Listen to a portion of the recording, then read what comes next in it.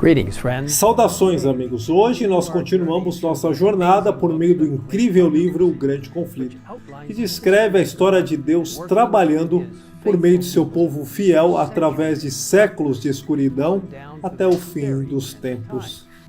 Mas isso é muito mais do que apenas história. Por meio dessas páginas, nós vemos a maravilhosa liderança de Deus nas circunstâncias mais difíceis. Vemos o poder e a confiabilidade da palavra de Deus e somos encorajados, sabendo disso, conforme lemos em Hebreus capítulo 13, no verso 8, que diz assim: Jesus é o mesmo ontem, hoje e para sempre.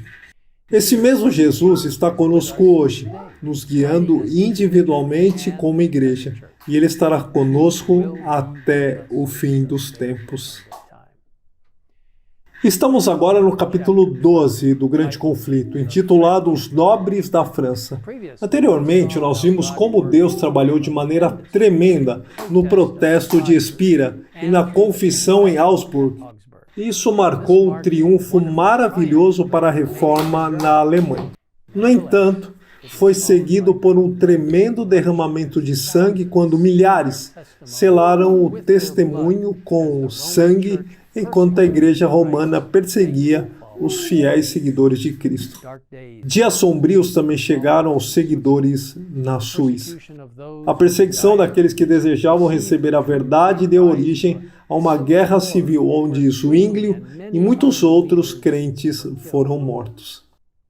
Roma estava triunfante, isto nos é dito, mas aquele cujos conselhos são desde a eternidade não abandonar a sua causa nem seu povo, suscitar em outros países obreiros para levar avante a reforma. Mesmo antes que o mundo soubesse sobre Martinho Lutero, a luz estava começando a raiar na França. Um distinto professor da Universidade de Paris, Jacques Lefebvre, vinha estudando as Escrituras. Católico devoto, ele estava na biblioteca da universidade pesquisando sobre a vida dos santos da Igreja, quando se deparou com um exemplar da Bíblia. Pensando que poderia ajudar em sua pesquisa, ele começou a ler a Bíblia.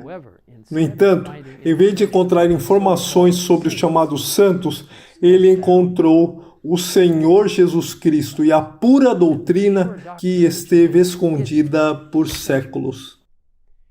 Ele estava convencido da excelência e beleza das Escrituras. Elas me parecem exalar um perfume cuja doçura era incomparável. Ao lado delas, todos os estudos humanos são uma névoa e sombra.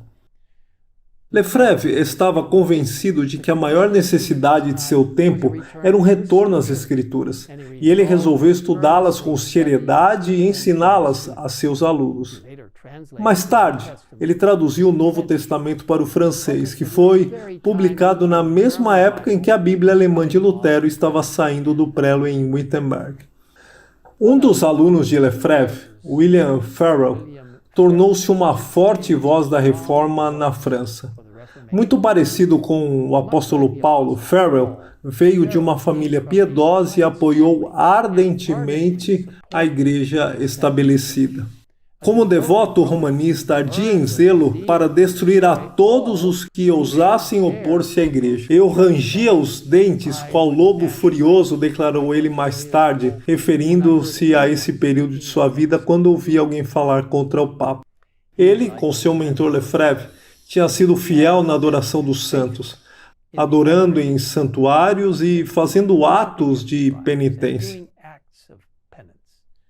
Nenhuma dessas práticas, porém, lhe trouxe a paz que ele almejava. Enquanto Farel ouvia seu mentor explicar a salvação pela graça e que somente Cristo pode abrir as portas do céu e fechar as portas do inferno, ele sentiu um tremendo alívio e aceitou a verdade com alegria. Assim como o apóstolo Paulo, Farel, outrora um perseguidor, tornou-se zeloso na causa de Cristo e começou a proclamar publicamente o Evangelho. Logo, outros se juntaram a ele, incluindo um dignatário da igreja, o bispo de Metz, que trabalhou diligentemente para instruir o clero e o povo de sua diocese na palavra de Deus. Ele fez tudo o que pôde para espalhar a tradução de Lefebvre do Novo Testamento por toda parte, e logo até mesmo os camponeses de Milk tinham cópias do livro sagrado. A luz da palavra de Deus se espalhou rapidamente, e a cada dia o número de convertidos também aumentava. Os líderes da Igreja Romana ficaram alarmados. A perseguição se acendeu na França e muitos seguidores da Reforma foram queimados na fogueira. Infelizmente, quando o bispo de Melk foi forçado a escolher entre a fogueira e a retratação, aceitou o caminho mais fácil, mas apesar da queda do chefe, o rebanho permaneceu firme. Muitos testemunharam a verdade em meio às chamas. Por sua coragem e fidelidade, falaram a milhares de pessoas que nunca haviam ouvido seu testemunho. A perseguição não impediu a propagação da verdade de Deus. Apenas atiçou as chamas da devoção e fidelidade à palavra de Deus.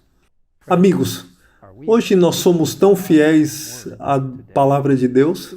Gastamos tempo com nossas Bíblias todos os dias, ouvindo a voz de Deus instruindo, confortando, encorajando e nos dirigindo? Estaremos dispostos a colocar nossa vida em risco em vez de comprometer a verdade de Deus? Ele está nos chamando hoje e ele diz o seguinte: eis que estou à porta e bato.